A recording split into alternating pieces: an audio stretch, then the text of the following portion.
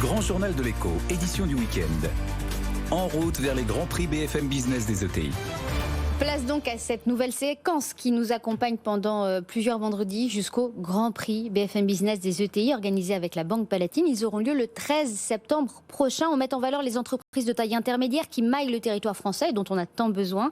Plusieurs catégories pour ces Grands Prix. Je vous le rappelle, chaque vendredi, on va recevoir des finalistes.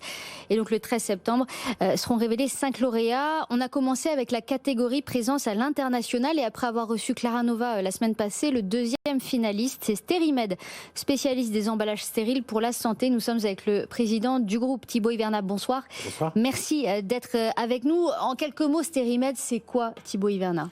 Sterimed, c'est un groupe international aujourd'hui qui est spécialisé dans l'emballage médical et plus particulièrement dans l'emballage de dispositifs médicaux stériles.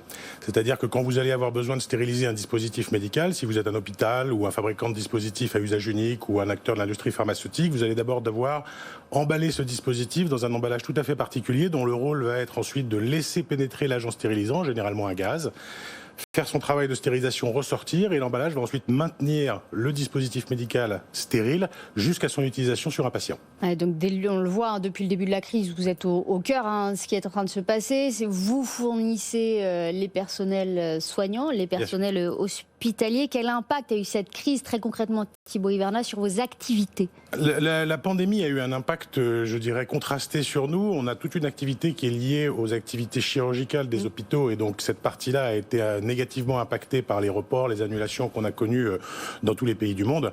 À l'inverse, effectivement, comme nos produits servent aussi à emballer des dispositifs qui sont toujours en usage très intensif liés aux maladies de la pandémie, par exemple les blouses, par exemple les petits tests écouvillons et ce genre de choses. Évidemment, cette activité-là a bénéficié beaucoup et est en développement très important depuis 1 an et quelques. Je lisais une interview de l'usine Nouvelle il y a 1 an où vous étiez interviewé. Vous parliez d'une poussée de fièvre de 30 à 40% des demandes clients par rapport à la même période en 2019. Oui, alors l'année dernière, effectivement, au début de la pandémie, quand tout le monde a là, il y a eu une explosion. Là, il y a eu une explosion de la demande liée probablement à une impréparation de l'ensemble des acteurs économiques et sanitaires d'ailleurs, et économiques qui se sont affolés, disons, par l'absence de dispositifs de protection, etc., et qui a créé effectivement à ce moment-là une bulle très importante. C'était avant les annulations hospitalières, etc., etc. Mais effectivement, on a eu cette activité-là qui reste encore très très soutenue aujourd'hui. Oui. Mais d'ailleurs, comme vous êtes très présent à l'international, vous êtes présent en Chine et en Asie, bien entendu. À ce moment-là, vous avez organisé des importations de masques, c'est ça ? Oui, on a eu cette petite aventure, si on peut dire. À l'époque, en France, nous, on n'est pas un acteur du masque traditionnel, mais on a fait le constat, comme tout le monde, qu'il n'y en avait pas. Et qu'on avait, nous, en tant que spécialistes des systèmes barrières stériles et de la filtration bactérienne, les compétences, les réseaux, l'existence à la fois en France et en Asie pour organiser, on n'est pas les seuls à l'avoir fait, mais on est parmi les premiers, un approvisionnement, en fait, une chaîne d'approvisionnement pour la France de masques. Et donc, au début, on a fait ça pour nous, pour nos salariés, mais aussi ensuite pour d'autres entreprises. Et puis ensuite, ça s'est élargi.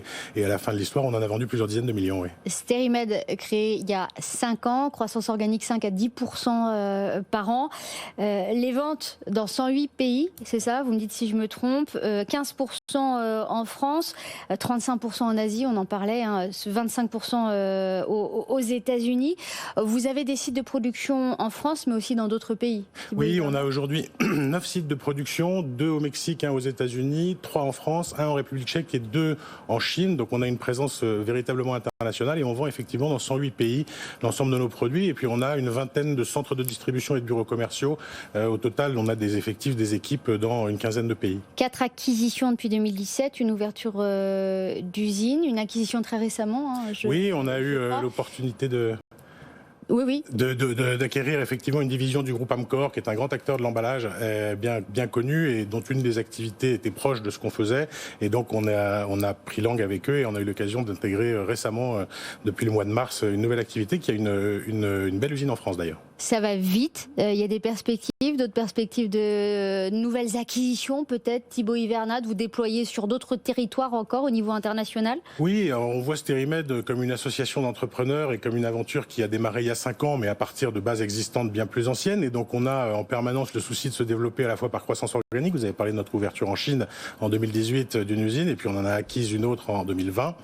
Et donc on est en permanence en train de regarder des développements effectivement dans toutes les zones géographiques où on est présent. La crise change rien à ce niveau-là? La crise change parce qu'on ne peut pas se déplacer. Alors, mon travail à moi, par exemple, a été réinventé comme le travail de beaucoup d'autres gens et empêche de se déplacer, ce qui ne permet pas beaucoup plus difficilement de démarrer de nouveaux projets, de nouveaux partenariats, de nouvelles idées. On y arrive quand même, ça ralentit quand même beaucoup les choses, mais enfin, on est dans une bonne dynamique. Et on se réinvente.